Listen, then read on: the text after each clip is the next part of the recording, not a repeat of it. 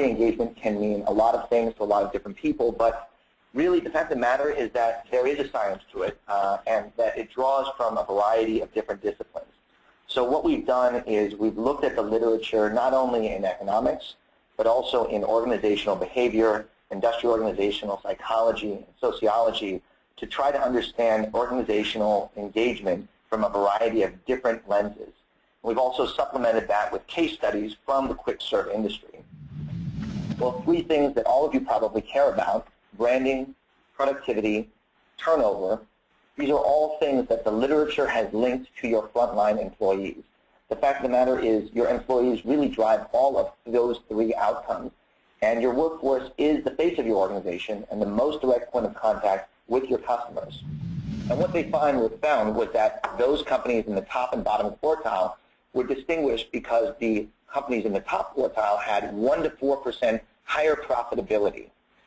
They also, on average, had 80 to 120,000 higher monthly revenues or sales per business unit. And in terms of turnover, they experienced 14 to 50% lower turnover. So really the key takeaway is that engagement is driving a variety of business outcomes that ultimately drive your profitability. There are really two ways to improve your employee engagement. The first is to find employees that are likely to be more engaged. So as I've mentioned here, there's a science to employee engagement. It's not a black box.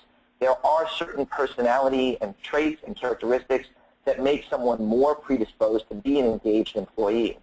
And what you need to do is identify those characteristics and screen for them.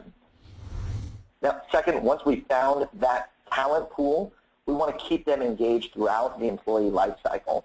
So doing things like creating a culture that promotes engagement, really identifying what that engagement or that culture should look like, and then doing what you can to develop it. On top of which, we want to encourage employees to form a tight network. Studies have shown that that's actually linked very highly to engagement. And finally, we want to proactively and systematically solicit feedback. In the same way that we train our leaders, we also want to ensure that all levels of the workforce are contributing their ideas and trying to improve the organization.